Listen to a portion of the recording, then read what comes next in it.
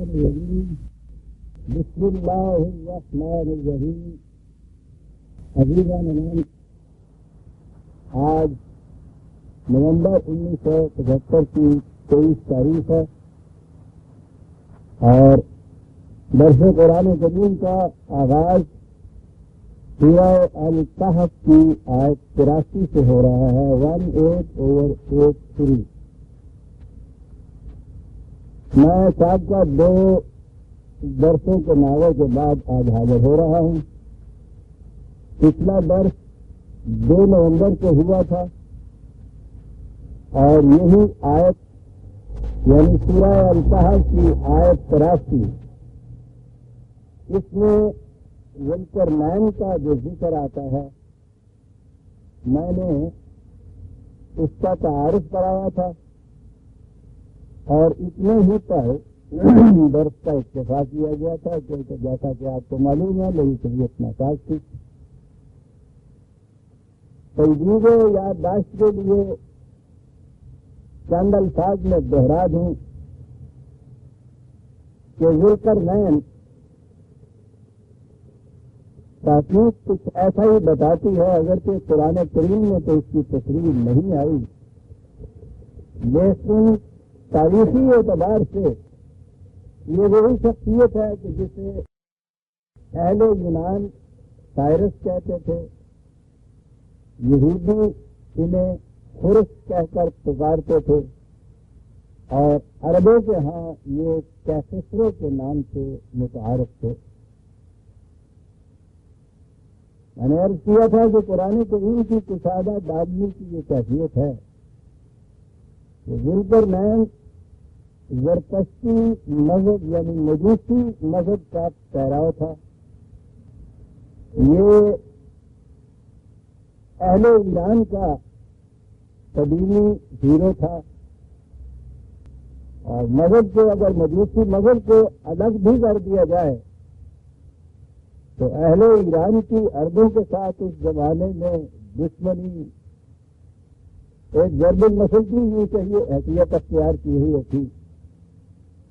تو اس قوم کا ایک ہیرو جو مجوسی مذہب کا پیرو تھا، قرآن کریم نہ صرف یہ کہ اس کا نام ہی اپنے ہاں محفوظ کرتا ہے، ایک حصہ قرآن کا اس سورت کا اس کی سرگزشت پر مشتمل ہے. اور کتنی بڑی سعادت ہے کسی شخصیت کی کہ قرآن کریم اس کے آواز و قواعد کو اپنے دامن میں قیامت تک کے لیے محفوظ کر دے. اہل ایران نے بھی اس انداز سے اس کو یاد نہ رکھا جس انداز سے قرآن نے یاد رکھا. انہوں نے تو ابھی حال ہی میں 2-4 برس ہوئے ہیں وہ اس کی وہ برسی جشن منایا تھا، شاید 200,000 سالہ نہیں ہو سکتا تھا. نہیں، یہ تو قریب 500 قبل مسیح کی بات تھی، 2,500 سالہ والے میں. لیکن قرآن کریم نے تو اس دور میں اس کی یاد کو محفوظ کیا جب ایران بھی اسے اس انداز سے اہل ایران بھی اسے اس انداز سے نہیں جانتے تھے. اور یہ کیوں کیا؟ محض اس لیے کہ اس شخص نے، اس بادشاہ نے انسانیت کی کچھ ایسی خدمات پر انجام دی تھی جو قرآن کے نزدیک باعث تحسین تھی. تو اس سے آپ دیکھ لیجیے قرآن کی کشادہ نگہی کہ جو شخص بھی انسانیت کی کچھ خدمت کرتا ہے وہ اسے اپنے دامن سعادت میں جگہ دے دیتا ہے. یہ وہی شخص تھا کہ بابل کے وقت مصر نے یروشلم پہ حملہ کیا، بیت المقدس کی اینٹ شہید بجا دی، پوری کی پوری یہودی قوم کو ڈھول ڈنگر کی طرح ہانک کر غلام بنا کر بابل لے گیا. قریب 100 سال تک وہ وہاں رہے، 80-90 سال یوں کہیے، قریب 100 سال تک. اور جو وہاں اس اسیری کی حالت میں ان کی کیفیت ہوئی، بائبل میں آج بھی ان کے نبیوں کے نوحے اس کی شہادت دیتے ہیں کہ ان پر کیا گزر رہی تھی. دنیا میں ان کا کوئی مددگار وادی وارث نہیں رہ گیا تھا. یہ ذوالقرنین یہ وہاں سے اٹھا اور محض اس مظلوم ضعیف ناتواں قوم کی مدد کے لیے اس نے بابل پر حملہ کیا. یہودیوں کو ان کی غلامی و قید سے چھڑایا، پھر لا کے بیت المقدس میں آباد کیا، ہیکل کی تعمیر کرائی بلا مزد و معاوضہ. اور اس کے بعد اس کی اور مہمات جن کا ذکر قرآن میں آتا ہے اس میں بھی آپ دیکھیں گے کہ اس نے مقہور اور مظلوم قوموں کی کس انداز سے مدد کی تھی. اور یہ وجہ ہے کہ قرآن کریم نے اس کے ذکر کو اس انداز سے اپنے دامن میں محفوظ کر دیا. وَيَسْأَلُونَكَ عَنْ ذِي الْقَرْنَيْنِ، اس سے پوچھتے ہیں ذی القرنین کے متعلق. تو گویا عربوں کے ہاں یہ لقب ہے اس کا ذی القرنین. قرن تین کو کہتے ہیں، قرن ایرا کو کہتے ہیں جسے زمانہ کہا جاتا ہے. دیکھیں نا، قرن ہم لفظ بولتے ہیں. ایج جسے ہم کہتے ہیں، دور جسے ہم کہتے ہیں، عہد جسے ہم کہتے ہیں. تو وہ اس زمانے میں جب مجسمے بناتے تھے تو اس قسم کے جو قرن کے سین کو بھی کہتے ہیں. تو یہ دو سینوں والا عربی زبان کے لفظی اعتبار سے اس کے معنی ہوئے دو سینوں والا. تو ویسے تو یہ دو مملکتیں تھیں. ایران کی سلطنت اس زمانے میں دو حصوں میں بٹی ہوئی تھی. جنوبی حصے کو تارک کہتے تھے اور شمالی حصے کو میڈیا کہتے تھے. اور قرن مملکت کے معنوں میں بھی آتا تھا، سلطنت کے معنوں میں بھی. تو اس نے ان دونوں حصوں کو ملا کر ایک مملکت بنا دی تھی. اس لیے بھی عربوں کے ہاں یہ ذی القرنین کہلاتا تھا. تو یہ اس کا لفظی تعارف تو یہ تھا. اس کے مزید حالات کے متعلق یہاں سے بات ہوئی کہ یہ کس سے ذی القرنین کے متعلق پوچھتے ہیں. قُلْ سَأَتْلُو عَلَيْكُم مِّنْهُ ذِکْرًا، ان سے کہو کہ میں اس کی کچھ سرگزشت تم سے بیان کرتا ہوں. اِنَّا مَكَّنَّا لَهُ فِي الْأَرْضِ وَآتَيْنَاهُ مِن كُلِّ شَيْءٍ سَبَبًا. اسے مملکت میں تمکن عطا ہوا تھا اور ہر قسم کا ساز و سامان جو اس زمانے میں ضروری تھا قوت کے لیے، سلطنت کے استحکام کے لیے، وہ اسے حاصل تھا. اب اس کی ایکسپیڈیشن جو ہیں قرآن کریم نے 3 ایکسپیڈیشن اس کی ہے جن کا ذکر کیا. پہلے وہ لیبیا کی طرف گیا. یہ جو ایشیا مائنر جسے ایشیا کوچک ہم کہتے ہیں، اس کے شمالی اور مغربی حصے میں اس زمانے میں لیبیا والوں کی مملکت تھی. پہلے یہ اس طرف کا گیا. یہ ساحل سمندر پر واقع ہے اور ایسا نظر آتا ہے کہ جسے آج ہم بلیک سی یا بحیرہ اسود کہتے ہیں، یہ اس کے کنارے کے اوپر جو حصہ یا رقبہ یا خطہ یا مملکت تھی یہ وہ تھی. اس طرف اس نے پہلے اپنی مہم جو ہے اس کا آغاز کیا تھا. تو کہا ہے فَأَتْبَعَ سَبَبًا، اس نے پہلے ایک راستے کی طرف رخ کیا. حتی اذا بلغ مغرب الشمس وجدها تغرب في عین حمیۃ ووجد عندها قوم. تو وہاں گیا تو اس نے وہ وہاں جا پہنچا کہ جہاں اس نے اب قرآن کا انداز یہ ہے. اور سمندر تو میں نے بھی نہیں دیکھے، آپ نے دیکھا ہوگا کراچی میں یا سمندر کے کنارے جہاں تاب حد نگاہ پانی ہی پانی ہو، وہاں شام کو اگر سورج غروب ہو رہا ہو تو ظاہر ہے کہ نظر ایسا ہی آئے گا کہ جیسا وہ پانی میں ڈوب رہا ہے. اور پانی وہ ہو بحیرہ اسود کا، بلیک سی کا، سیاہ رنگ کا. تو قرآن نے اسی انداز سے بات کی کہ وہ وہاں اس کی مہم جو تھی وہ چلتا گیا تاکہ وہ سمندر کے کنارے جا پہنچا جہاں اس نے محسوس کیا کہ گویا سورج اس میں ڈوب رہا ہے. تو اس سے اندازہ ہوتا ہے کہ یہ بحیرہ اسود کا کنارہ تھا جہاں وہ گیا تھا، کیونکہ عین حمیۃ جو کہا ہے ذرا کیچڑ والا پانی جیسے جسے سیاہ رنگ کا پانی کہا جاتا ہے، اس نے دیکھا کہ جیسے وہ سورج اس میں ڈوب رہا ہے. یہ نہیں ہے کہ وہاں سچ میں سورج ڈوب گیا تھا، یعنی اس نے سمندر کے کنارے کھڑے ہو کے جو دیکھا سورج کو تو اس نے ایسا محسوس کیا کہ سورج اس کے اندر ڈوب رہا ہے.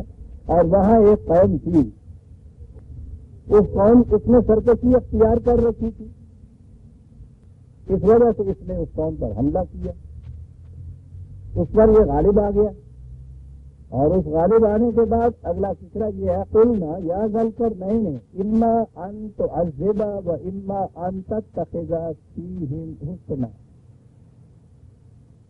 لفظی ترجمہ تو اس کا یہ ہے کہ ہم نے اس سے کہا کہ اب انٹرنین اب تیری مرضی ہے، اگر تو دشمنوں کی حیثیت سے جو تم نے قید کیا ہے، مغلوب کیا ہے، انہوں نے حملہ کرنے سے پہلے ہی ہتھیار نہیں رکھ دیے تھے، انہوں نے مقابلہ کیا تھا اور تو ان پہ غالب آ گیا ہے، تو دونوں صورتیں تیرے لیے کھلی ہیں، یا تو دشمن کسی حیثیت سے ان کے ساتھ سلوک کر یا حسن سلوک سے کام لے، دونوں ہی چیزیں جائز ہیں۔ میں یہاں یہ عرض کر دوں، یہاں یہ لفظ آیا ہے قلنا، ہم نے کہا کہ اے ذوالقرنین یہ کر یا وہ کر۔ اس سے بعض لوگوں کی نگاہ اس طرف گئی ہے کہ غالباً یہ بھی خدا کے نبی تھا، ہو سکتا ہے، اس لیے کہ قرآن کریم نے جو یہ کہا ہے کہ ہم نے ہر قوم میں، ہر ملک میں، ہر زمانے میں ہم رسول اللہ صلی اللہ علیہ وسلم سے پہلے نبیوں کو بھیجتے رہے، اور اس کے بعد کہا ہے کہ بعض کا ذکر ہم نے قرآن میں کر دیا ہے اور دوسرے جو ہیں ان کا ہم نے تصریحاً ذکر نہیں کیا۔ تو اس اعتبار سے اگر ہم یہ مان بھی لیں کہ یہ پہلے نبی تھے تو اس میں بھی کوئی چیز ایسی نہیں جو قرآن کے خلاف جائے گی، ہو سکتا ہے کہ یہ ایسا ہی ہو، لیکن صرف اس لفظ قلنا سے یہ نہیں سمجھ لینا چاہیے کہ قرآن نے بالتخصیص اس کو بالوضاحت نبی ہی کہا ہے۔ قلنا کے زمانے ہوتا ہے کہ ہمارے قانون کی روح سے دونوں چیزیں تمہارے سامنے ہیں، تو ہو سکتا ہے کہ حضرت زرتشت کے متعلق تو اب یہ چیز ہے کہ وہ تو خدا کے نبی تھے تاریخی اعتبار سے، اگر تو قرآن میں بھی ان کا نام نبیوں کے زمرے میں نہیں آیا، لیکن یہ تو ہے کہ بہرحال ان کے ہاں کچھ قوانین خداوندی تو رائج تھے، ان قوانین کی روح سے کہا گیا کہ تیرے لیے دونوں راستے کھلے ہوئے ہیں، دونوں میں سے جون سی راہ تو چاہے اختیار کر سکتا ہے۔ تو یہ میں نے عرض کیا کہ صرف قلنا سے یہ بات نہیں لے لینی چاہیے، قرآن میں یہ لفظ قلنا جو ہے اور متعدد مقامات پر بھی ایسے آیا ہے جہاں یہ نہیں کہ براہ راست خدا نے ان پر وحی کی اور اس اعتبار سے وہ نبی قرار پا گئے، بلکہ نبیوں کی طرف جو وحی کی ہوئی تھی یا جو قوانین رائج تھے ان کی روح سے بھی اگر کوئی بات کہی جائے تو قرآن اس کے لیے بھی یہی کہتا ہے قلنا، ہم نے کہا تھا ان سے، براہ راست کسی سے کہا جائے جب بھی وہ یہ لفظ استعمال کرتا ہے، اور کسی نبی کی طرف وحی جو کی جائے وہ وحی اس قوم کی طرف پہنچے، وہ اس کے مطابق عمل کریں، تو اس کے لیے بھی قرآن کا یہ لفظ آ جاتا ہے کہ ہم نے ان سے کہا، ہم نے اس سے ذوالقرنین سے کہا، کہ معنی یہ کہ ہمارے قانون کی روح سے دونوں راستے اس کے لیے کھلے تھے، جائز تھا اس کے لیے، خواہ وہ ان سے مغلوب دشمن کی سی حیثیت سے عدل کرے یا بطور احسان ان کو چھوڑ دے۔ تو ہم نے کہا کہ تیرے لیے کھلا ہے، جس قسم کا بھی تو اس سے سلوک کرنا چاہے کر لے۔ قال اما من ظلم فسوف نعذبه ثم يرد الى ربه فيعذبه عذابا نكرا۔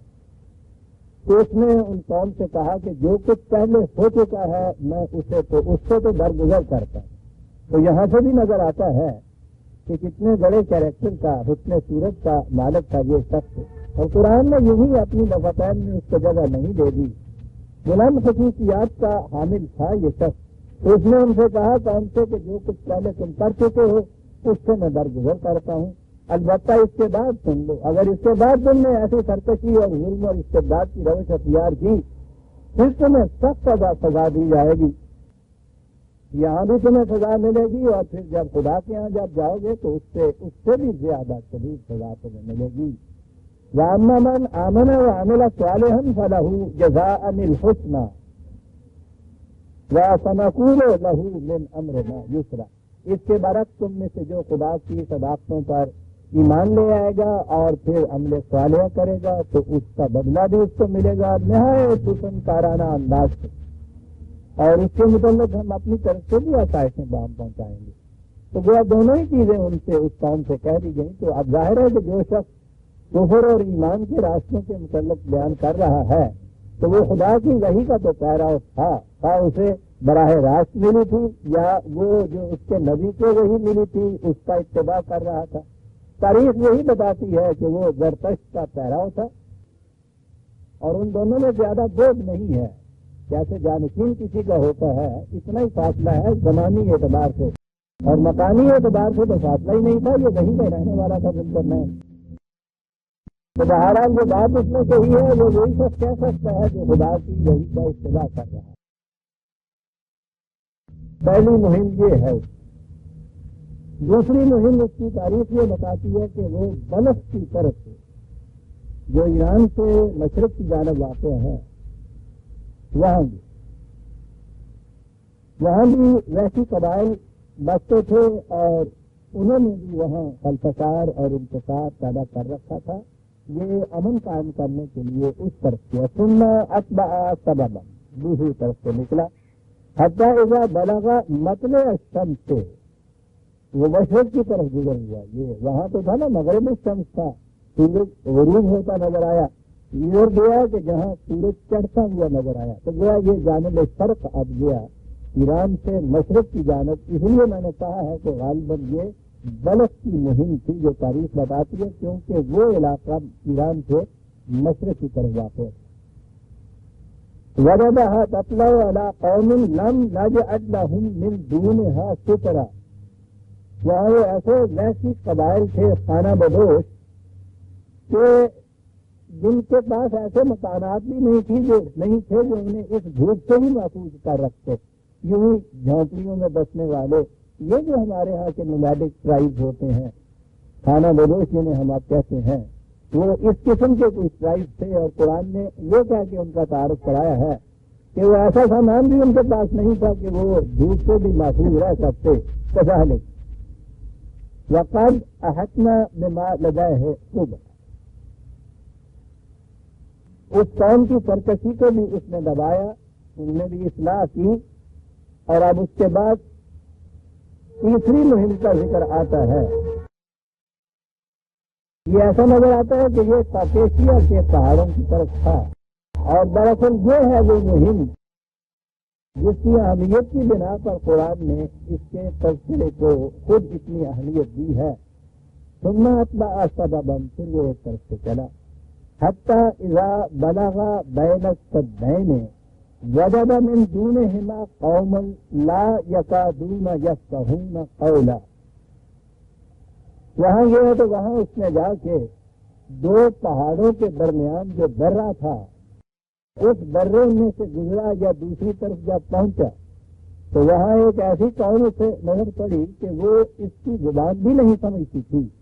تو گویا وہ ایران کے اور ایران کی مملکت کے علاقے کے باہر کی کوئی قوم تھی جن کا کوئی واسطہ ان سے نہیں پڑتا تھا، اس لیے وہ قوم اس کی زبان نہیں سمجھتی تھی. بہرحال ترجمانوں کے ذریعے کے وساطت سے آپس میں باتیں ہوئی ہوں گی کیونکہ قرآن نے آگے یہ کہا قالو یا ذوالقرنین ان یأجوج و مأجوج مفسدون فی الارض. انہوں نے کہا یہ کہ ہماری مصیبت یہ ہے، یہاں یہ دو لفظ آئے ہیں کہ یا جو ماجوج کے قبائل یہ دھڑا دھڑ کرتے ہوئے حملہ کرتے ہیں، اس درے میں سے گزر کے ہم پر یورش کرتے ہیں اور سب کچھ لوٹ کے لے جاتے ہیں اور ہم ان کا مقابلہ نہیں کر سکتے. وہ بڑے زبردست قبائل سخت جنگجو قوم ہیں. اب یہاں یہ لفظ ہے یاجوج و ماجوج کا. عام طور پہ یہ لفظ بھی ہمارے ہاں عام ہے یاجوج ماجوج کی قومیں. اور پھر جب ان کے افسانے ہماری تفسیروں میں ملتے ہیں تو وہ تو پوچھیں ہی نہیں کہ پھر تو وہ زیر داستان کے لیے بہت کچھ اس میں بنایا جاتا ہے، کہا جاتا ہے. یہی ہے نا کہ وہ جو آگے جا کے ذکر آئے گا کہ وہ ایک دیوار بنا دی گئی تھی، وہ دیوار کے اس پار رہ گئی. آپ کے یہاں تفسیروں میں لکھا ہوا ہے یہ سارا کچھ. تو وہ سارا دن وہ دیوار کو چاٹتے رہتے ہیں. وہ بڑے بڑے ہاتھیوں سے بھی بڑے بڑے کوئی ہے ویسی قبائل. وہ جو ہے نا کہ وہ رات کو سوتے تھے تو ایک کان نیچے بچھا لیتے تھے، دوسرا کان اوپر اوڑھ لیتے تھے، تو ساتھ ہی اپنا بستر لیے پھرتے تھے. تو وہ سارا دن وہ زبان سے اسے چاٹتے رہتے ہیں دیوار کو، تو بس تھوڑی سی باقی رہ جاتی ہے تو وہ کہتے ہیں کہ اچھا آپ تھک گئے، کل صبح اٹھیں گے تو باقی دیوار کو چاٹ کے ہموار کر دیں گے، اور صبح اٹھتے ہیں تو دیوار پھر اتنی بڑی کی بڑی ہو جاتی ہے، پھر وہ چاٹنے لگ جاتے ہیں۔ لیکن جب وہ جو ان کے الفاظ میں قرب قیامت کا زمانہ جب آئے گا تو اس شام کو پھر وہ یہ کہیں گے کہ اب کب تک یہ مصیبت جھوٹتے رہیں جو باقی رہتی ہے پھر اتنی بڑی ہو جاتی ہے، تو وہ پھر کہتے ہیں کہ آج انہوں نے ارادہ کر دیا کہ آج تو اس کو مٹا کے ہی چھوڑیں گے، سوئیں گے نہیں۔ تو بس پھر وہ انہوں نے اس رات کو اس دیوار کو جب وہ مٹا دیں گے چاٹ کر تو درا کھل جائے گا، اور پھر وہ آ جائیں گے دگا دگ کرتے ہوئے، اور پھر وہ کیا مٹا دیں گے۔ یہ ہے یجوج ماجوج ہمارے یہاں کا یاجوج و ماجوج۔ عربی زبان کے اعتبار سے اگر دیکھا جائے تو یہ ہو سکتا ہے کہ یہ جو مادہ ہے آج دن وہاں سے یہ دو لفظ بنے ہوئے ہیں، اور اس کے معنی ہوتا ہے آگ کی طرح شعلہ مزاج، شعلہ صفت، بھڑک اٹھنے والے، جنگجو، سرکش۔ ان کی جو خصوصیات بیان ہوئی ہیں اس اعتبار سے ہو سکتا ہے کہ یہ یہاں سے ہی لفظ بنے ہوں، لیکن تحقیق یہ کہتی ہے کہ نہیں، یہ دراصل یہ جو وسط ایشیا میں منگولیا کے علاقے میں بسنے والی یہ قومیں جن کو تاتاری بھی کہا جاتا ہے، منگول بھی کہا جاتا ہے، یہ ہلاکو اور چنگیز تھا جن قبائل سے متعلق تھے۔ یہ قبائل جو تھے وہاں کے، یہ علاقے جو ہیں کہ جو جہاں کچھ پیدا نہیں ہوتا، یہ علاقے زرخیز نہیں ہیں، یا تو صحرا ہے منگولیا کی طرح یا پھر پہاڑ ہے خشک۔ تو ایسے علاقے جو ہیں ان کے رہنے والے لوگوں کا زندگی کا انحصار ہی لوٹ مار پر ہوتا ہے۔ یہ خشک علاقے کے رہنے والے ہوتے ہیں، اس واسطے دونوں مند توانا بڑے ہوتے ہیں، سخت مزاج ہوتے ہیں، مشقت بھی کر سکتے ہیں، اور یہ ان کی کیفیت یہی ہوتی ہے کہ آئے ادھر ادھر علاقوں کے اندر مار دھاڑ کی، لوٹا، لوٹ کے لے گئے، جتنے دنوں تک وہ کام چلا بس اس سے گزارا کرتے رہے، اس کے بعد پھر اٹھے اور اٹھنے کے بعد پھر کسی دوسری طرف نکل گئے، لوٹ مار۔ ہمارے یہاں بھی فرنٹیئر کے جو لوگ اب تو ذرا سا وہ سیٹلڈ ایریا ہو گیا ہے، ورنہ اس سے بیشتر ان کا بھی یہ ذریعہ معاش ہی یہ تھا تو وہ ان پہاڑیوں سے ادھر کے ادھر ادھر مار دھاڑ کرتے تھے۔ اب بھی وہ اگوا کر کے لے جاتے ہیں نا پشاور تک کے، اور ان لوگوں کے، اور وہاں جا کے پھر وہ رینسم مانگتے ہیں، اور ان سے وہ یہی چیز ہے کہ وہاں اگر گزارے کی کوئی اور صورت نہ ہو تو پھر ماتا کیا نہ کرتا۔ اگر وہ تکڑے لوگ ہیں، اگر وہ کمزور لوگ ہیں تو پھر تو وہ غلام بن جاتے ہیں، اور اگر وہ تنمن توانا ہے، جنگجو ہیں، تو پھر وہ مار دھاڑ کرتے ہیں۔ تو اس دور میں تو یہ چیز عام تھی۔ یہ جو وسط ایشیا کے منگول، مغل یا تاتاری جن کو ہم کہتے ہیں، ان لوگوں کا ذریعہ معاشی یہ تھا، وہ بھڑکتی ہوئی آگ کی طرح، شعلوں کی طرح لپکتے تھے، ہر سامنے آنے والی زندگی کو خط و خاشاک کی طرح پسند کر جاتے تھے، لوٹ مار، قتل، صفاقی، فساد، اور اس کے بعد پھر واپس چلے جاتے تھے۔ یہاں سیٹل نہیں ہوتے تھے یہ لوگ، وہاں کھاتے پیتے تھے۔ یہی جو میں نے کہا ہے کہ آخر میں ہمارے ہاں بھی جو جنہوں نے آ کے بغداد کو تباہ کیا، عباسی سلطنت کا خاتمہ کیا، تو یہ وہی علاقوں چنگیز جو ہیں، یہ وہی قبائل ہیں، یاجوج و ماجوج جو ہیں۔ یہ اب بھی تحقیق جو ہوئی ہے وہ یہ ہے کہ ابتدائی نام ماجوج جو ہے، اس کا ابتدائی نام یونانیوں کے ہاں موگ پایا جاتا ہے، بلکہ اس سے بھی پہلے موگ کہلاتے تھے۔ یونانیوں نے ان کو میگوگ لکھا ہے اپنے ہاں، تو کیونکہ عبرانی زبان میں گاس نہیں ہوتا، گاس کو جیم سے بدل لیتے ہیں، اس لیے عبرانی میں یعنی جو تورات کی زبان آئی تو اس زبان میں ان کو میگوگ کی جگہ ماجوج کہنے لگ گئے۔ یہ وہی قبیلہ ہے، انہی کا ایک قبیلہ تھا یونانی میں جن کو، یا پرانا نام جن کا یواچی تھا، اور یہ جو تھا اس نے عبرانی میں آ کے یاجوج کی شکل اختیار کر لی، تو میگوگ جو تھے وہ تو ماجوج ہو گئے، اور یہ جو یواچی ان کے ہاں کا ایک الگ قبیلہ تھا انہی کے ہاں کا، یہ جو تھا یہ یاجوج کی شکل اس نے اختیار کر لی۔ تو گاگ اینڈ میگاگ یہ آپ کو انگریزی کی ڈکشنریوں میں ملے گا. حتیٰ کہ وہ لندن کا جو میوزیم ہے اس میں کچھ ان کے مجسمے کھڑے کیے گئے ہیں، ان کو بھی گاگ اینڈ میگاگ کہا جاتا ہے. تو تحقیق کا رخ اسی طرف ہے کہ یہ یاجوج و ماجوج در حقیقت یہی گاگ اینڈ میگاگ تھے، اور ان کی کیفیت یہ تھی کہ یہ آتے تھے، لوٹ مار کر کے لے جاتے تھے. اس زمانے میں یہ قریب علاقوں تک ہی رہتے تھے، اور پھر جب یہ ان کے قبائل کی تعداد بہت زیادہ بڑھ گئی تو ان کی یورشیں پھر آگے بھی آتی تھی. تاریخ بتاتی ہے کہ یہ ان علاقوں کے قبائل کہاں تک مار دھاڑ کرتے تھے، اور کس طرح اس زمانے کی جو سیٹلڈ قومیں تھیں جن کو مہذب قومیں کہا جاتا ہے، ان کے لیے کس طرح ان کے علاقوں میں آ کے یہ قیامت برپا کیا کرتے تھے. میں نے عرض کیا ہے نا کہ یہ آخر میں جب وہاں سے آئے ہیں تو وہ چل کے بغداد تک آ پہنچے. بغداد انہوں نے تباہ کیا، عباسیوں کی سلطنت کا خاتمہ ہی کیا یوں کہیے. تو یہی علاقہ ہی تو تھا. اور پھر چنگیز خان کی تو فلمیں تک بنی ہوئی ہیں. چنگیز تو ایک جیسے فرعون ایک ضرب المثل ہو گیا ہوا ہے، چنگیز بھی ایک ضرب المثل ہو گیا ہوا ہے. اگرچہ یہ عجیب چیز ہے کہ یہ نسلی تعلق عجیب بات ہے کہ اب بھی ہمارے ہاں چنگیز نام بھی رکھا جاتا ہے. وہ تو وہی جو اپنی نسلی تعلق ہے اس بنا پر، جس طرح سے کہ ایران والوں نے یہ جو کیسو کا وہ جشن منایا تھا، سالگرہ تھا، وہ نسلی اعتبار سے اپنے آپ کو اس سے متعلق سمجھتے تھے نا. ورنہ اسلام آنے کے بعد تو وہ ضمن بات آ گئی. اسلام جب کفر دیتا وہ کہتا ہے تو اس کے معنی یہ ہیں کہ اس سے پہلے کے جو آپ کے رشتے ہوتے ہیں وہ سارے کٹ جاتے ہیں، اور پھر اسلام کی بنیادوں کے اوپر ایک نیا رشتہ قائم ہوتا ہے، ایمان کی بنیادوں پر وہ ایک رشتہ قائم ہوتا ہے.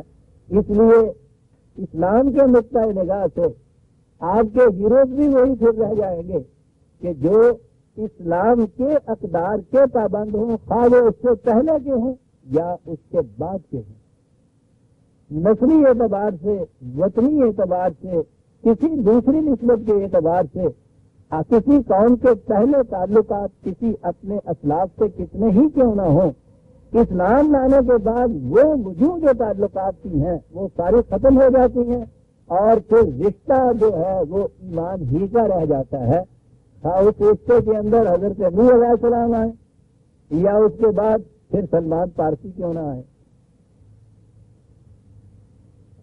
یہ حضرت سلمان رضی اللہ تعالیٰ عنہ جن کو صحابہ کے زمرے میں شمار کیا گیا ہے، ان کے نام کے ساتھ پارسی یا پارسی تو ہم لگا دیتے ہیں، لیکن جب سلمان سے بھی پوچھا گیا تھا کہ نام، انہوں نے کہا سلمان. پوچھا باپ کا نام، انہوں نے کہا اسلام. یہ ہے ایمان. ان کا جو تعارف تھا پہلا پارسی کا، اور میں سمجھتا ہوں کہ یہ ہماری بڑی غلط نگہی ہے کہ اب ہمارے ہاں نام ہی سلمان پارسی ہو گیا ہے. یہ الگ بات ہے، کسی اور وقت بتاؤں گا کہ کیوں خاص طور پہ اس پہ زور دیا جاتا ہے اس کے فارسی ہونے پر.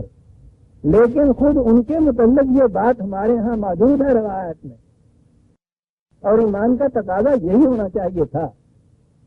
وہ اس لیے بھی کہ یہ اس زمانے میں فارس کے ساتھ نسبت بہت بڑی نسبت گنی جاتی تھی. یہ رومن امپائر اور پرشین ایران کی مملکت دو ہی تو تہذیبوں کی دنیا کے اندر بڑی بڑی تہذیبیں. اس لیے اس تہذیب سے جو فارس کی تہذیب تھی، اگر اس کے ساتھ کسی کا رشتہ ملتا تھا تو وہ بڑے فخر و مباحات سے اس کا ذکر کرتا تھا، اپنا اہل فارس ہونا. لیکن اسلام لانے کے بعد جو ایک بنیادی تغیر واقعہ ہوتا ہے اس کی نشاندہی کرتی ہے یہ روایت کہ جب ان سے پوچھا گیا نام تو کہا سلمان، اور پوچھا گیا باپ کا نام تو انہوں نے باپ کا نام بھی اپنا جو ساتھ وہ اہل فارس کا سا نام ہوگا نا بھی، وہ تو یزد گرد کی قسم کا وہ نام نہیں لیا. انہوں نے کہا کہ باپ کا نام اسلام. اب اس کے بعد اب وہ نسبت جدی اور اسلافی اور نسبی جو ہے وہ منقطع ہو گئی. اب نسبت ہی دین کی رہ گئی ہے. باقی میرا نام تو تم پوچھتے ہو، باپ کا نام میں کیا بتاؤں کہ جو مجوسی مذہب فارسی نسل، تو میں نے تو ان دونوں رشتوں کو قطع کر دیا ہے. تو یہ جو ہے تغیر میں نے عرض کیا ہے کہ اس اعتبار سے یہ جو آپ کے ہاں بات میں سے بات نکلتی ہے اور کرتے چلے جانا چاہیے، پتہ نہیں کہ موقع ملے یا نہ یہ کچھ کرنے کا، آپ کے ہاں یہ آج کل کلچر کی ایک تاریخ بڑے زوروں سے چلی، ثقافت جسے کہا جاتا ہے کلچر. جو بھی باہر سے آپ کے یہاں آتے ہیں انہیں پاکستانی کلچر دکھانے کے لیے مہنگے دعوے لے جاتے ہیں. اسلام سے ہزاروں سال پہلے کا پاکستان تو بنے ہوئے 25 سال ہوئے، اور وہاں جا کے بڑے فخر سے بتاتے ہیں 25 صدیاں ہو گئی اس کو، 2500 سال 4000 سال، یعنی آج سے 4000 سال پہلے کے جو وہاں آثار موجود ہیں وہ اس پاکستان کا کلچر ہے جس کو بنے ہوئے ہی 25-30 برس ہوئے ہیں. ایک پوتا پہلا جانتے ہیں دادے نالوں دکھاتے ہیں، وہاں جا کے ہڑپے میں لے جاتے ہیں 3000 سال قبل مسیح یا 3000 سال پہلے کے ساتھ یہاں کے آثار قدیمہ آپ کو نظر آتے ہیں. پاکستانی کلچر تجھیلا لے جاتے ہیں ان کے ساتھ، بدھوں کے یہ ڈوکیا، مہاتما بدھ کے مجسمے، یہ سارے وہاں رکھے ہوئے ہیں، وہاں جا کے بتاتے ہیں پاکستانی کلچر. یعنی تقسیم جو ہوئی ملکوں کی، یہ بھارت کی اور پاکستان کی، یہ ایک اتفاق ہے کہ وہاں جو لکیر کھینچی گئی اس لکیر سے ادھر کے علاقے جو تھے وہ پاکستان کہلا گئے اور ادھر کا علاقہ بھارت رہ گیا. تو لکیر سے ادھر جو کچھ پہلا بھارت کا تھا وہ سارے کا سارا پاکستانی ہو گیا. اب یہ آپ کے یہاں کا پاکستانی کلچر ہے. غور کیا آپ نے یہ کیا چیز ہے جو کہی جا رہی ہے؟ حالانکہ اسلام آنے کے بعد یہ اس سے پہلے کی نسبتیں ساری جتنی بھی ہیں تو آثار قدیمہ ہو جاتی ہیں نا ساری کی ساری. ان نسبتوں کا ذکر قرآن میں بھی ہے. یہ جتنے بھی آپ کے یہاں ہڑپا اور موہنجو داڑو اور یہ تکسیلا وغیرہ کے کندرات ہیں، قرآن میں عاد اور سمود کی اور لوط کی قوموں کے سوا کی قوموں کی ابھری ہوئی بستیوں کے کھنڈرات کا ذکر بار بار کیا ہے نا. اسے مسلمانوں کے کلچر کی حیثیت سے قرآن نے نہیں اس کا تعارف کرایا. کہا یہ ہے کہ یہ وہ قومیں ہیں کہ جنہوں نے قوانین خداوندی کی خلاف ورزی کی، اور آج ان کی اجڑی ہوئی بستیوں کے کھنڈرات کو میں بتا رہے ہیں کہ ان قوموں کا انجام کیا ہوا کرتا ہے جو خدا کے قوانین سے سرکشی برتتی ہیں. وہ طاغوتی قوموں کے کھنڈرات انہیں بتاتا ہے، وہ خدا سے سرکشی برتنے والی قوموں کی ثقافت کے ان کو اجڑے ہوئے نشانات بتاتا ہے. یہی یہ قومیں تھیں جو مہنگا جارو میں اور آپ کے ہڑپا میں اور آپ کے تکسیلا میں تھی. ان کے اجڑے ہوئے کھنڈرات کو پاکستان کا کلچر بتایا جا رہا ہے. قرآن عاد اور سمود کے اسی قسم کے کھنڈرات کو وہ کہتا ہے خدا کے باغی قوموں کا انجام جہاں دیکھو. ہڑپا اور مہنگے داروں میں ہم کو جا کے دکھانا چاہیے کہ یہ وہ قومیں ہیں کہ جنہوں نے اخبار خداوندی سے سرکشی برتی اور اس طرح سے تباہ اور برباد ہو گئی. اپنے دور میں یہ لوگ اتنے مہذب تھے جو وہاں نظر آتا ہے، لیکن کیونکہ انہوں نے اخبار خداوندی سے سرکشی برتی تھی، انجام ان کا ان کھنڈرات کے اندر ہمیں ملتا ہے. یہ ہے جو تعارف ان کا کرانا چاہیے. صاحب ہمارے ہاں محکمے قائم ہوئے ہیں اس قسم کے جو اس ثقافت کے تحفظ کے لیے لاکھوں کروڑوں روپیہ صرف کر رہے ہیں. پاکستانی ثقافت اور کلچر اس کا نام دیا جا رہا ہے. غور فرمائیے آپ کہ وہ بنیادی نقطہ جو ہے آپ کے یہاں ایمان کا اور اس کی جو معنویت ہے، جب وہ نگاہوں سے غائب ہوتی ہے اور وہ صرف ایک فارملزم رہ جاتی ہے، ایک رسم رہ جاتی ہے جسے آپ ایمان کہتے ہیں، تو اس کے بعد یہ ساری وہ چیزیں جتنی چیزیں جن کو مٹانے کے لیے قرآن آیا تھا آج کے ہاں وہ ساری دوبارہ زندہ کی جاتی ہیں، وہ آپ کی پھر بتائی جاتی ہے. اور یہ یہاں کی بات نہیں ہے، سینا تمام باغ باغ کجا کجا میں ہے. اہل مصر کا کلچر وہ فرعونوں کے مقبرے، ان کی نمی شدہ لاشیں. جب آپ نے ان کو اپنا کلچر کہا تو جس طرح سے اہل ایران نے خسرو کے ساتھ اپنا رشتہ ملایا، وہاں بھی آپ کو معلوم ہے کہ وہ اپنا رشتہ فرعونوں کے ساتھ ملا رہے ہیں. حالانکہ یہاں تو خیر نام دے کے قرآن نے نہیں کہا، ان فرعونوں کا نام تو قرآن میں موجود ہے نا، فرعون کی داستانیں تو موجود ہیں، اہل مصر کے ہی ساتھ جو کچھ اس نے کیا تھا وہ بھی ہمارے سامنے ہے جب بنی اسرائیل وہاں بستے تھے۔ بہرحال اس کا نام تو قرآن کریم نے کھلے ہوئے خدا کے باغی اور دشمن کی حیثیت سے دیا ہے، اس کی تباہی پر جشن منانے کے لیے قرآن نے کہا ہے۔ وہ فرائض جو ہیں وہاں کے، وہ اسلاف ہیں وہاں گنے جاتے، اور ان کی جتنی یادگاریں ہیں ان کو مصری کلچر کی حیثیت سے پیش کیا جاتا ہے، آج کے مصری کلچر کی حیثیت سے جو مسلمانوں کا ملک ہے وہاں کا۔ عزیزان من، یہ لوگ نہ ہمارے اسلاف ہو سکتے ہیں، نہ ان کی یہ علامتیں ہمارے کلچر ہو سکتے ہیں۔ ایمان لے آنے کے بعد تو نسبتیں نئی ہو جاتی ہیں، اضافتیں بالکل ان میں تجدید ہوتی ہے۔ ایک ہی نسبت ہوتی ہے جس سے نئی نسبتیں قائم ہوتی ہیں جس رشتے کی بنا کے اوپر، اور وہ صرف ایمان کا رشتہ ہوتا ہے۔ مسلمان دنیا کے کسی خطے میں بھی جو آج بستا ہے، اس کی ثقافت کا رشتہ اگر آپ نے دیکھنا ہو تو وہ ریت دار حجاز کے اندر آپ کو ملے گا، ہڑپا اور محل بازاروں میں نہیں مل سکتا۔ یہ کفار کی یادداشتیں اور بقیات ہیں۔ ٹھیک ہے، تاریخی اعتبار سے جو چیز بھی ایسی چلی آ رہی ہے اس کو اس اعتبار سے آپ دیکھیں کہ قرآن نے بھی تو عاد و ثمود کی بستیوں کے خندرات کے ذکر کیا ہے، تاریخی اعتبار سے کیا ہے، لیکن نتیجہ کیا ہے جس میں وہ پہنچا رہا ہے؟ نتیجہ یہ پہنچا رہا ہے جس نتیجے پہ وہ پہنچا رہا ہے کہ یہ وہ بستیاں تھیں جنہوں نے کہ دار خداوندی سے ہر کسی برتی، اور دیکھو کہ کس طرح سے وہ تباہ ہوئی، کس طرح سے اگر تم نے بھی ایسا کیا تمہاری بستیوں کا بھی یہی حال ہو جائے گا۔ صرف یہ مقصد ہے ان کا، اس مقصد کے لیے اگر ان کو باقی رکھنا ہے تو رکھیے، عبرت کی داستان بنانے کے لیے، اپنے کلچر کے بت بنانے کے لیے نہیں ہے۔ جیسا نے یہ رشتہ غلط۔ تو میں عرض کر رہا تھا کہ یہ قومیں اپنے اپنے زمانے میں کتنے ہی عروج کے اوپر کیوں نہ ہوں، توحید کے نواروں پہ کیوں نہ ہوں، اسلام آنے کے بعد ہمارا رشتہ ان کے ساتھ کچھ نہیں رہتا۔ میں نے گزارش کیا نا، ہمارا رشتہ حضرت نوح علیہ السلام سے تو جا کے مل جائے گا، حالانکہ نسل، زبان، زمانہ، مکان، قومیت ہر اعتبار سے ہم سے وہ مختلف ہوئے، لیکن ہمارا رشتہ ان کے ساتھ جا ملے۔ نمرود کے ساتھ ہمارا رشتہ نہیں مل سکتا۔ ہر چیز اس میں وہ موجود ہوگی کہ جو اس دور کے بابل یا ان قوموں کے جہاں حضرت نوح علیہ السلام اس علاقے میں ہوئے تھے۔ یہ نینوا اور بابل کے جو گرد و پیش کا علاقہ، میں نے اس لیے نام لیا ہے اس کا کہ اسی علاقے کے وہی زبان بولنے والے یوں کہہ لیجیے شاید اسی نسل کے یا انہی قبیلوں کے حضرت نوح علیہ السلام، ان کے ساتھ تو ہمارا رشتہ اصلاح مقرر ہو جائے گا، نمرود کے ساتھ نہیں ہو سکتا۔ یہ ہے فرق، رشتہ ایک ہی باقی رہ جاتا ہے، اور جسے ہم توحید کہتے ہیں عزیزان ایمان، وہ صرف خدا کو ایک مان لینے کی بات نہیں ہے، وہ ایک واحد رشتے پر ایمان لانے کی بات ایسا ہے۔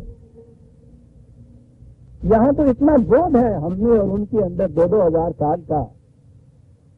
حقیقی بیٹا جو حضرت نوح کا، اس کے متعلق کہا جاتا ہے کہ نوح نہیں، یہ رشتہ غلط تھا، انہ عمل غیر صالح، عمل کے اعتبار سے وہ تمہارے نقش قدم پہ نہیں چل سکتا۔ باپ اور بیٹے کا رشتہ باقی نہیں رہتا۔ حضرت ابراہیم علیہ السلام اٹھتے ہیں تو سب سے پہلے اپنے باپ کو یہ کہتے ہیں کہ تم نے یہ کیا مسلک، آپ نے یہ کیا مسلک اختیار کر رکھا ہے تباہی لانے۔ ان سے کہتے ہیں کہ اگر تم نے یہی بات اختیار کی تو یاد رکھوں کہ میں تمہیں اس طرح سے بات بتا کے نکال دوں گا، تمہارا اور میرا رشتہ ہی نہیں ہو سکتا۔ رشتے کے متعلق انہوں نے جاتے ہوئے اپنی پوری قوم کو اعلان کر دیا، تمام تابعہ نہیں ہوا نہیں، جو میرے لکشے قدم پہ چلتا ہے خدا کی وحی کے مطابق وہ میرا ہے، باپ بھی میرا نہیں ہے، بیٹا بھی میرا وہ بیٹا نہیں۔ تعمیر کعبہ کے بعد آپ نے جب وہ دعا مانگی ہے اور کہی ہے کہ یا اللہ میں نے اپنی قوم سے اپنی اولاد کے ایک حصے کو جہاں بتا دیا ہے وادی غیر ذی زرع میں تیرے اس گھر کی حفاظت کے لیے تو ان کی حفاظت کرنا، ان کی پرورش کا سامان کرنا، یہ تیری حفاظت میں ایسے میں دے رہا ہوں۔ اور پھر کہا کہ اللہ آپ میری اس استطاعت کو شرط قبولیت عطا کرتے ہیں کہ یہ ہوگا۔ وہی قرآن نے کہا ہوگا، لیکن ان کے لیے ہوگا کہ جو تیری روش کے اوپر قائم رہے۔ انہ لا ینال الظالمین، ان میں سے جو سرکشی کی روش سے تیار کیا گیا اس کے ساتھ ہمارا یہ وعدہ نہیں ہے۔ ظالمان یہ تو تعلق ہی ہے۔ حضرت لوط کی بیوی جو ہے وہ ان کے ساتھ شامل ہے، اس لیے وہ بھی ان میں سے نہیں۔ فرعون کی بیوی جو ہے وہ اپنے خاوند کے مسلک سے الگ ذہن رکھتی ہے۔ قرآن نے اس کا ذکر کیا حضرت مریم کے ساتھ ملا کر۔ یہ ہے سوچنے کی باتیں جانمان، اسے اسلام کہتے ہیں، اسے ایمان کا رشتہ کہتے ہیں۔ لاس ہمارے محب جاروں کے، ہمارے تقسیرہ کے بات دوسری طرف نکل جائے گی۔ جو یہاں کچھ ہو رہا ہے ان پردوں کے اندر، ذرا دیکھیے تو صحیح۔ ہر سازش اس لیے ہے کہ آپ کے رشتے عرب کے ریت گار سے کاٹ دیے جائیں کسی طرح۔ میں عرب کی ریت گار یہ نہیں کہہ رہا کہ فزیکلی اس ریت تو کہہ رہا ہوں، مقصد یہ ہے ہمارا سرچشمہ جو ہے ہماری تہذیب کا، ہماری ثقافت کا، ہمارے نظریات کا، ہماری آئیڈیالوجی کا، وہ سرزمین نہیں بلکہ وہ منبع ہے جہاں سے قرآن ہم کو مل رہا ہے، ایمان جہاں سے ہمیں ملا، اسلام جہاں سے ملا۔ مقصد یہ ہے کہ رشتہ اب قرآن کا رشتہ ہے، سارے رشتہ کٹ جاتے اس کے بعد۔ اور ہمارے سامنے یہ جن کے نام کے صدقے سے مسلمان کراتے ہیں، جن کی امت ہونے کا ہمیں کر قابل ہے، رشتے تو کاٹ کے بتا دیے۔ حقیقی کیسے تھے نا یہ ابو لہب وغیرہ، یہ ابو جہل وغیرہ، اپنا داماد تھا نا ابو لہب، اپنا چچا تھا نا ابا، تم سب سے رشتے کاٹ کے روم کا مزدور سہیب جو ہے اس سے رشتہ قائم ہو رہا ہے، حبش کا بلال جو ہے وہ اپنوں میں سے ہو رہا ہے، فارس کا سلمان جو ہے وہ گلے سے لگایا جا رہا ہے، ابو جہل جو ہے وہ خنجر کے تلے آ رہا ہے۔ حقیقی چچا ہے نا ابو لہب، ایک کا ہی تو نام آیا ہے ساری قوم میں سے قرآن کے اندر، وہ ابو لہب کا ہی نام آیا ہے نا۔ چچا ہونا، بزرگ ہونا، ہم قوم ہونا، ہم نسب ہونا، ہم زبان ہونا، سارے رشتے موجود تھے حقیقی چچا کے ساتھ، اور ذکر آ رہا ہے تو یہ کہہ کے چچا بڑھ جگہ ابو لہب سب تباہ ہوا، برباد ہوا۔ یہ ہے ایمان کا رشتہ بھی من، یہ تو ہر طرف سے کٹ کے آپ کو اس طرف آنا پڑتا۔ اور یہ جو میں نے بات کہی ہے یہی نہیں کہ صاحب کیا ہو گیا وہ رشتہ ملا لیا، نفسیاتی طور پہ اس کا بڑا گہرا اثر ہوتا ہے۔ آج جو آواز سن سے اٹھ رہی ہے کہ ہم داہر کے ساتھ اپنی نسبت رکھنے والے ہیں، محمد بن قاسم کے ساتھ کوئی نسبت ہماری نہیں ہے، تو یہ دو نام نہیں ہیں، بات دور چلی جاتی ہے کہ ہماری قومیت نسل یا وطن کی بنیادوں پر بنے گی، اسلام کی بنیاد پہ نہیں بنے گی۔ اس اعتبار سے پنجاب یا سرحد کا بسنے والا مسلمان اور سندھ کا بسنے والا مسلمان ایک قوم نہیں بن سکتے، کیونکہ ہم نسلی اعتبار سے ظاہر کی اولاد میں سے ہیں۔ یہ لفظ نہیں ہے، صرف یہ رشتے اسی طرح نہیں ہے کہ صاحب توقع ہو گیا انہوں نے اگر اپنے ایک اسلاف میں سے ایک بڑا شخص جو ہے اس کی طرف نسبت اپنی ملا لی تو اس میں کیا ہو گیا، اس میں یہ ہوتا ہے۔ یہ یوں ہی اوپر سلسلہ لفظی ملانے والا نہیں ہے۔ تو یہ چیزیں جو ہیں ان کو دیکھنا چاہیے۔ بات چلی تھی وہی منگول اور مغل اور چنگیز اور ہلاکی سے، ہمارے رشتے ان سے قائم نہیں ہو سکتے۔ وہ تو خیر پھر بھی بدنام ہے سخاتی کے اندر اور ظلم و انتشار میں،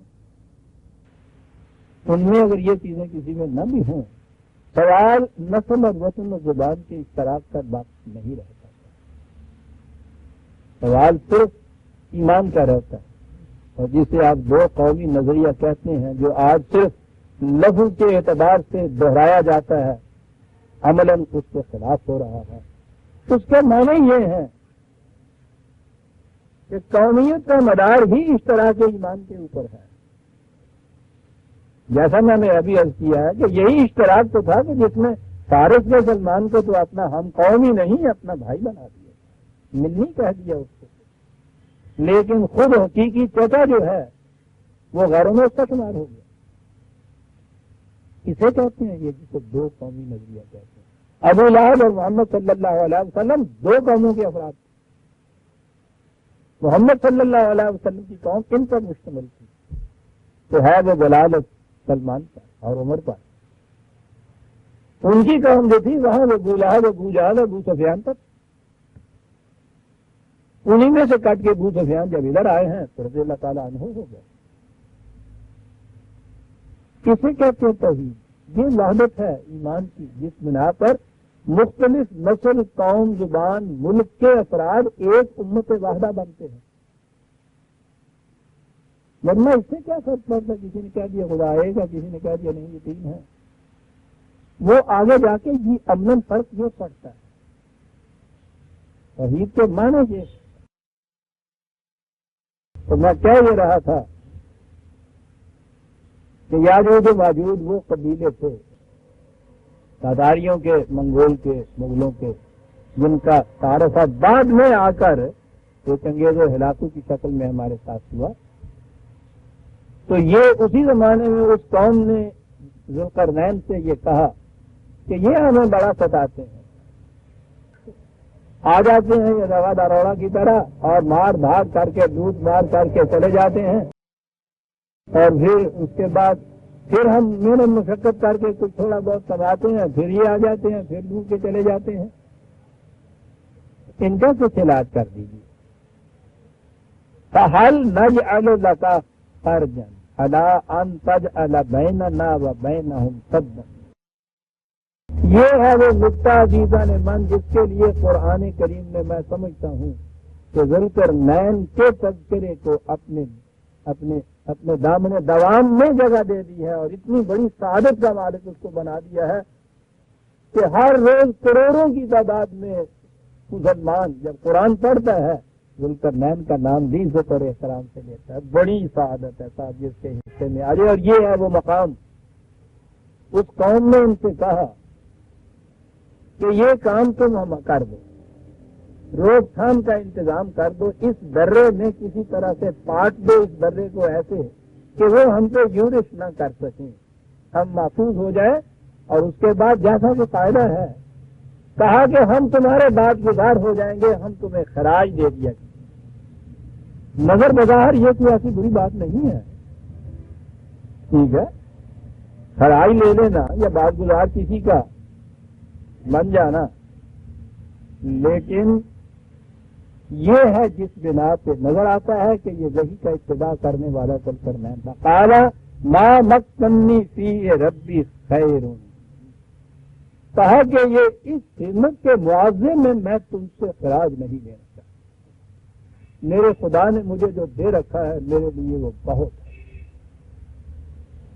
یہ چیز کہ ایک ظالم اور سرکش قوم تم پہ حملہ کر کے اور تمہیں اس طرح سے سزاتی ہے، ان سے حفاظت دلانا میرے ذمہ فرض عائد ہو جاتا ہے، اور ادائیگی یہ فرض کا معاوضہ لینا ہمارے ہاں جائز نہیں ہے. یہ ہے وہ نقطہ عزیزان من جس کے لیے قرآن میں ذوالقرنین کا ذکر ہے. یہ ہے محصل، یہ ہے فرق اس کا کہ جو صرف مملکت کا ایک انشاء ہوتا ہے، اور وہ کہ جو مملکت کو ذریعہ سمجھتا ہے ایک بلند اقدار کے پورا کرنے کا. بلند قدر یہ ہے کہ جو ظالم اور سرکش کسی دوسری کمزور اور ضعیف قوم کے اوپر ظلم کرے اسے اس کے ظلم سے محفوظ کرنا یہ طاقتور حکمران کا فریضہ خداوندی ہو جاتا ہے. مملکت حاصل ہی اس کے لیے ہوتی ہے. اور یہ چیز تو قرآن نے جو دوسری جگہ کہا ہے، جب مدینے میں مملکت قائم ہو گئی ہے انہیں مسلمانوں کی جو مکے سے ہی آئے ہوئے تھے، تو مکے میں جو پیچھے رہ گئے تھے ان کے اوپر بڑے مظالم ہو رہے تھے. تو وہاں قرآن کریم میں آپ دیکھیے وہاں یہ کہا ہے کہ تم نے اپنی مملکت قائم کر لی تو اب تم نے سمجھ لیا کہ ہمارا جو مقصد تھا وہ حاصل ہو گیا، تم محفوظ بھی ہو گئے، صاحب مملکت بھی ہو گئے، تمکن بھی حاصل ہو گیا. تو یہ مقصد تھا، یہ تو ذریعہ تھا جو تمہیں حاصل ہو گیا ہے. کہا ہے کہ تمہیں کیا ہو گیا، یہ الفاظ قرآن، تو تمہیں کیا ہو گیا ہے کہ وہاں کے مظلوم دہائی دے دے کر ہمیں پکارتے ہیں، یعنی خدا کو پکارتے ہیں کہ یا الہ العالمین ہماری مدد کا کوئی ذریعہ بنا دے، اپنی طرف سے تو ہمارا وادی و ناصر ہو جا۔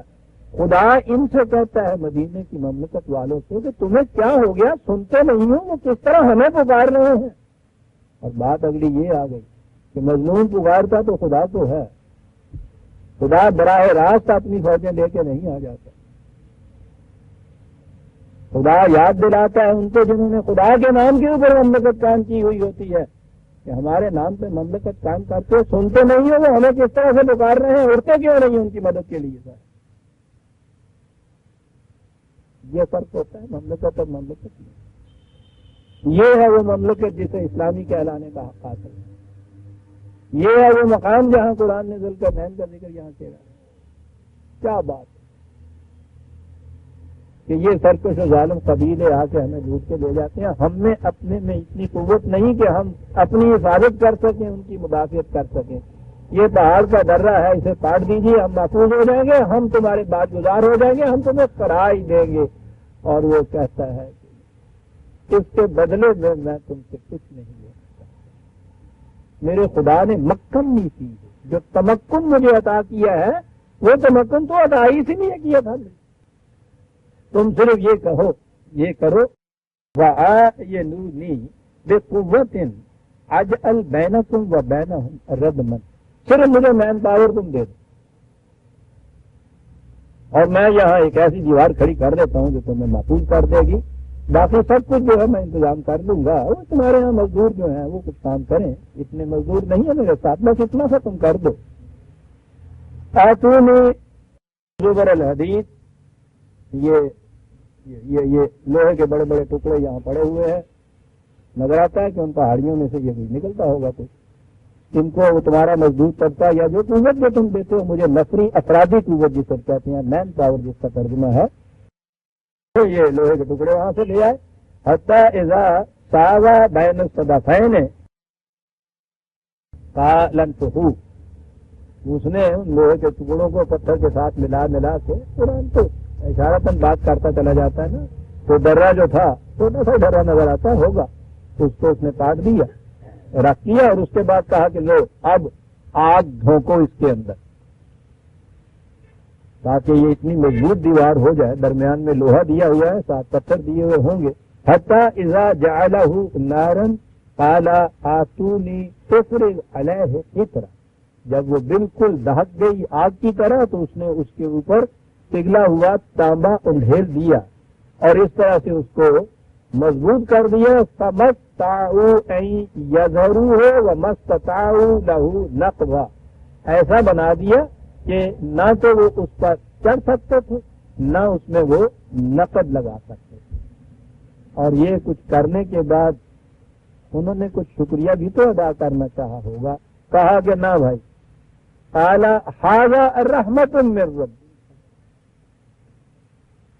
یہ تو میرے پرورش کرنے والے کی طرف سے سامان مرحمت تھا، میرے ہاتھوں سے سر انجام پایا ہے، یہ تو تمہارا بھی رب تھا میرا بھی رب تھا، ایک مشترکہ کام تھا، تم مین پاور رکھتے تھے، تم نے وہ دے دیا، میں یہ کچھ کر سکتا تھا میں نے یہ کچھ کر دیا، اس میں شکریہ کی بات، لا نرید منکم جزاء ولا شکریہ، ہم تم سے بدلہ تو ایک طرف رہا، ہم شکریہ کے بھی متمنی نہیں ہیں۔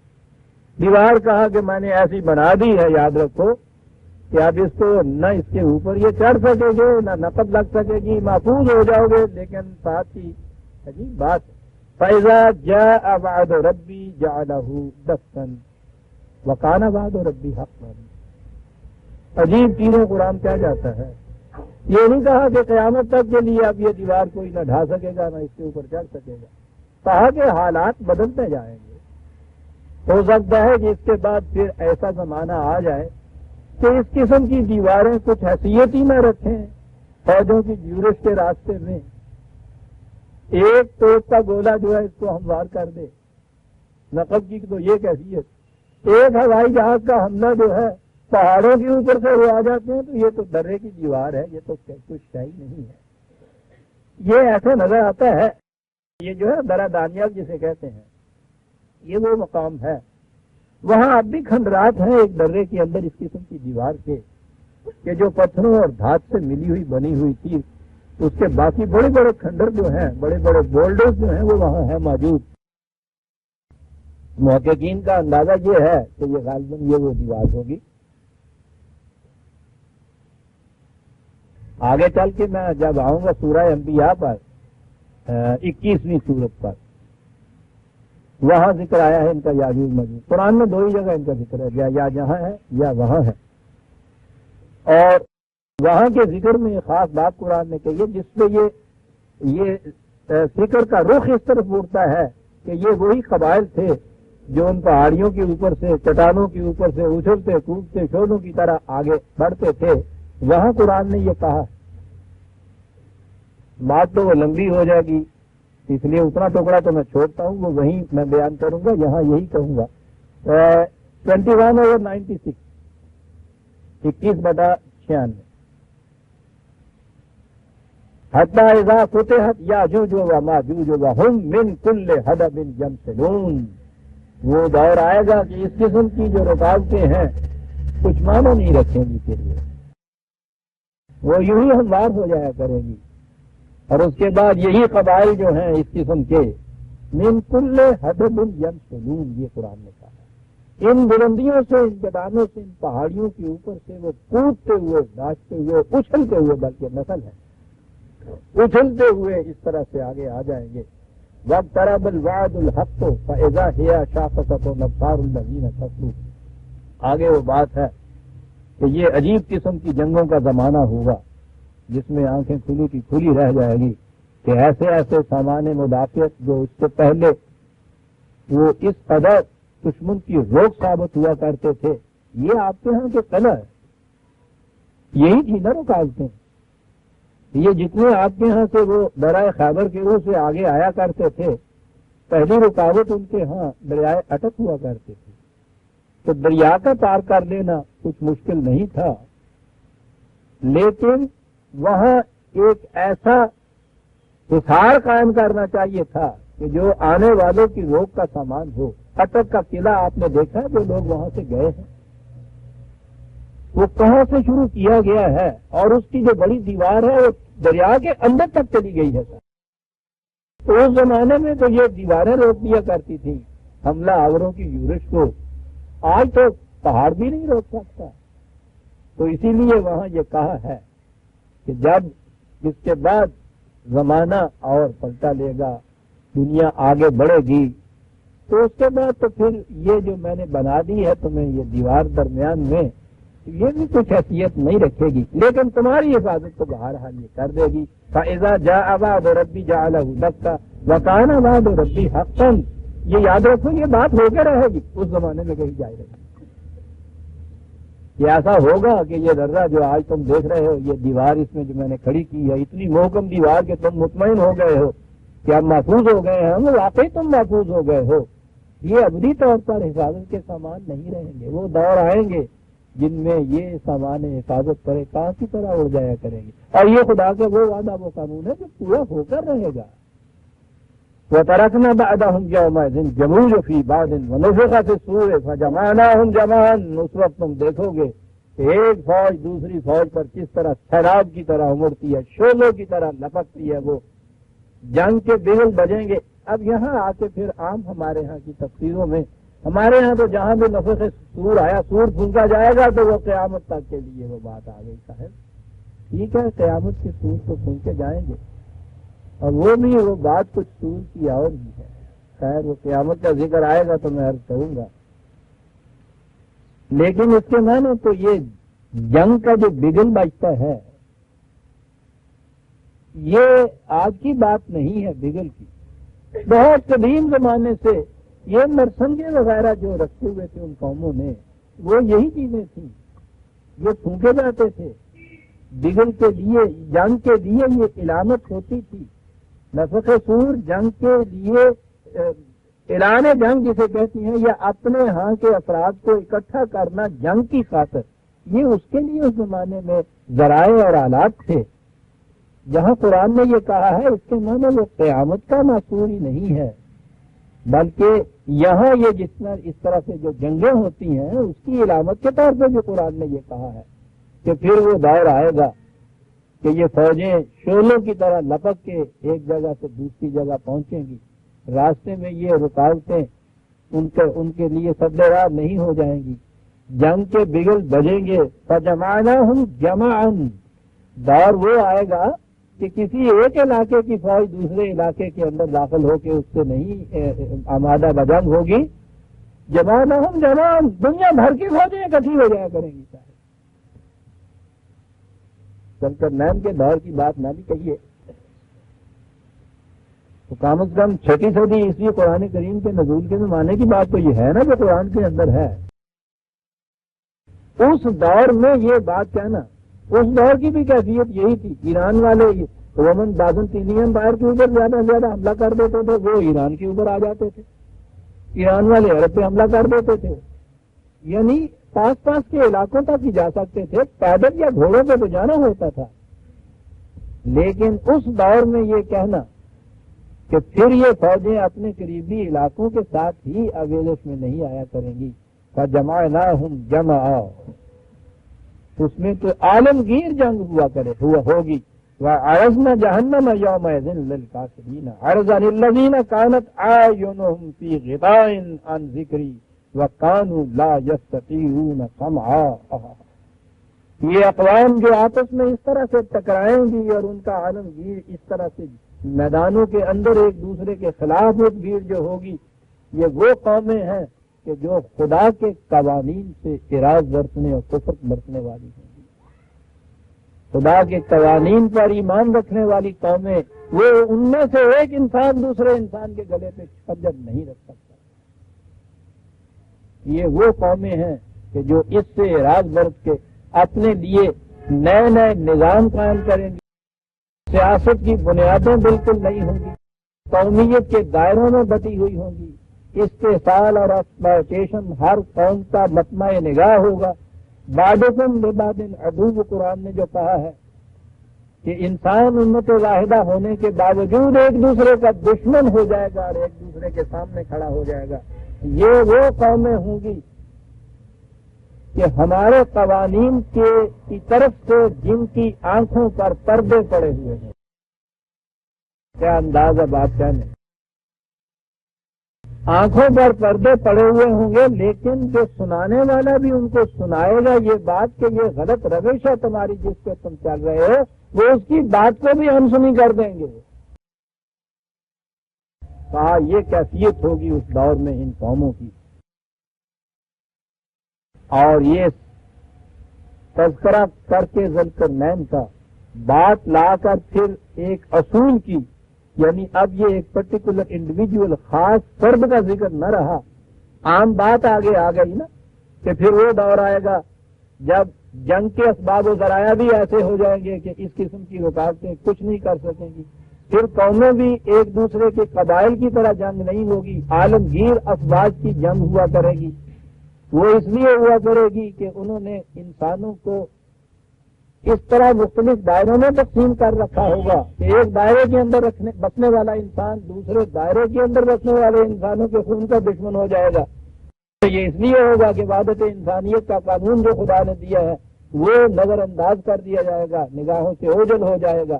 یہ سارا کچھ بعد میں آپ دیکھتے ہیں عمومی تعلیم کی حیثیت سے بیان کیا، اور اس کے بعد ہمیں آپ کو قرآن کی مخاطب قوم کو پھر ایڈریس کر کے مخاطب کر کے کہا افحسب الذین کفروا ان یتخذوا عبادی من دونی اولیاء، کیا وہ لوگ جو ہمارے قوانین سے انکار کرتے ہیں، سرکشی اس سے برتتے ہیں، وہ یہ سمجھتے ہیں کہ ان قوانین سے سرکشی برتنے سے نہیں کوئی بات ہوتی، مختلف اقوام اگر خدا کے قوانین کو چھوڑ کے آپس میں اتحاد و اتفاق کر لے تو یہی چیز ہے کہ جو کارگر ہو سکتی ہے۔ کہا قطعاً غلط ہے یہ بات،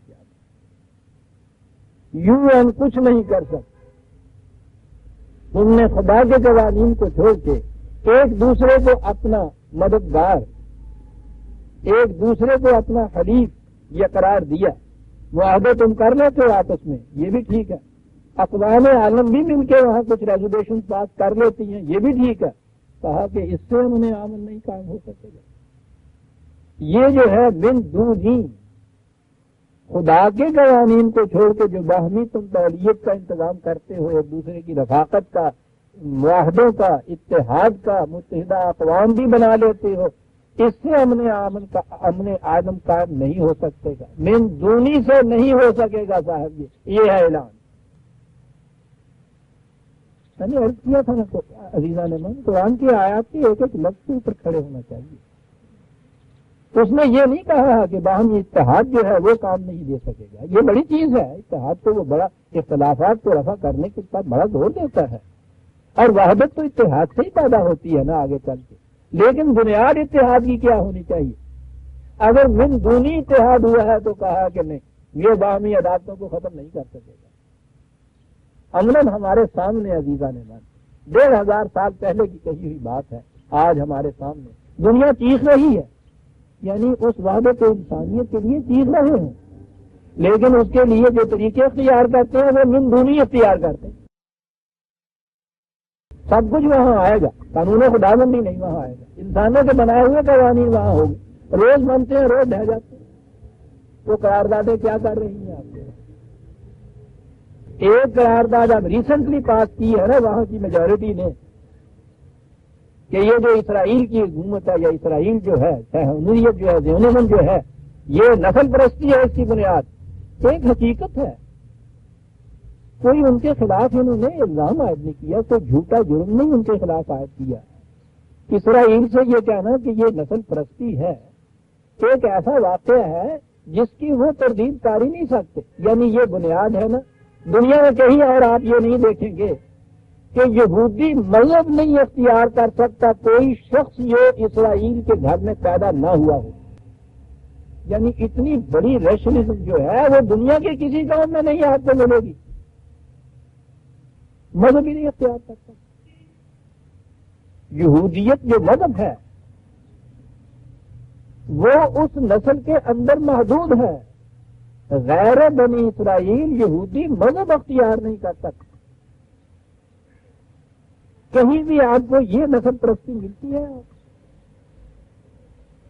وہ یہ ہے وہ قوم، اور فخر سے وہ یہ کہتے ہیں، اور انہیں اگر آج یو این کی اکثریت نے قرارداد کی روح سے کہہ دیا ہے کہ یہ نسل پرست قوم ہے، امریکہ وہاں سے یہ کہہ رہا ہے کہ جنہوں نے اس کے حق میں رائے دی ہے ہم دیکھیں گے کہ ہم ان کے خلاف کیا کرتے ہیں۔ اور پہلی چیز جو وہاں تاریخ اٹھی ہے وہ یہ کہ آج تک جو کہا جا رہا تھا کہ ہم دنیا کی مفلس، محتاج، مظلوم اور ضعیف قوموں کی مدد دیتے ہیں، ایڈ جسے کہا جا رہا تھا، کہا یہ ہے کہ پہلا اسٹیپ تو ہمارا یہ ہوگا کہ ہم ان کی ایک بند کر دیں گے۔ کیا بات ہے!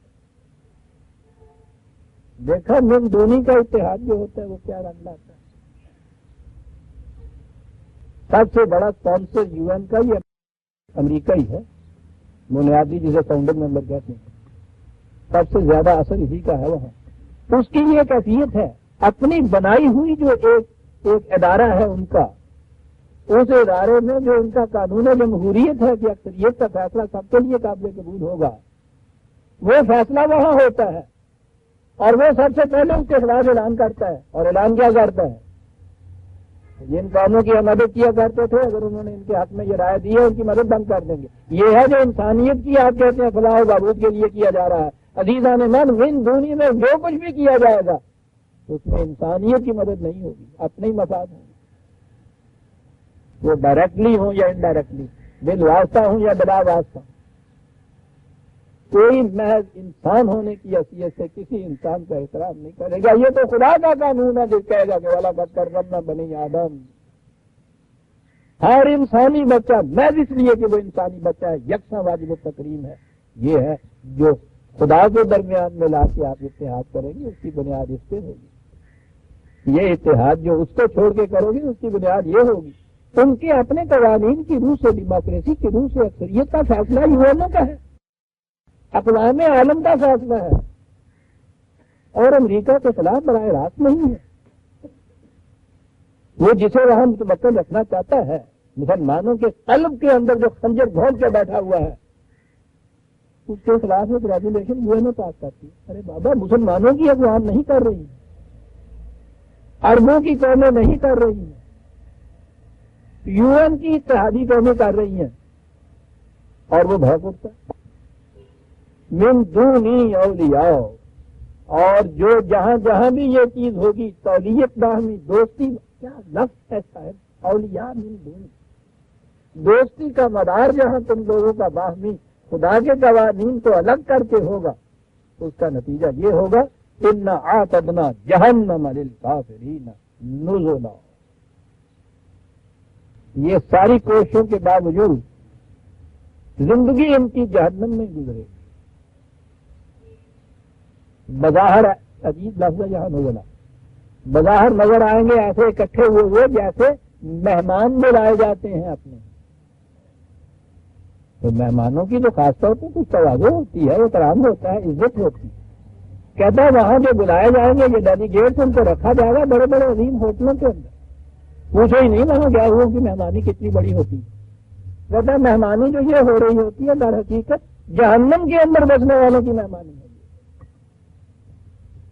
من دونی کیجیے اور اس کے بعد آپ دیکھیے جہنم جو ہے وہ کبھی جنت میں نہیں بدل سکتا اگر وہ من دونی آ گیا. بات آگے دوسری چلی، اگرچہ اسی سلسلے میں آگے ہے قل هل نبئکم بالاخسرین اعمالا. کیا انداز ہے. رسول ان سے کہو کہ تمہیں بتائیں سب سے زیادہ نقصان میں یہاں کون رہے گا. تو بڑی چیز ہے نا، بالاخسرین اعمالا. چھوٹے چھوٹے نقصانات تو خیر ہوں گے، شاید ان کا پتہ تم بھی لگا لو کہ یہ کیوں ہوا ہے. سب سے زیادہ نقصان میں، گھاٹے میں، تباہی میں کون لوگ ہوں گے تمہیں بتائیں. ہے نا جی چاہتا کہ جلدی سے بتائیں، لیکن جلدی نہیں، اس لیے کہ وقت ہو گیا ہے. آئندہ بتائیں گے آپ کو. اب میرا انتظار کیا.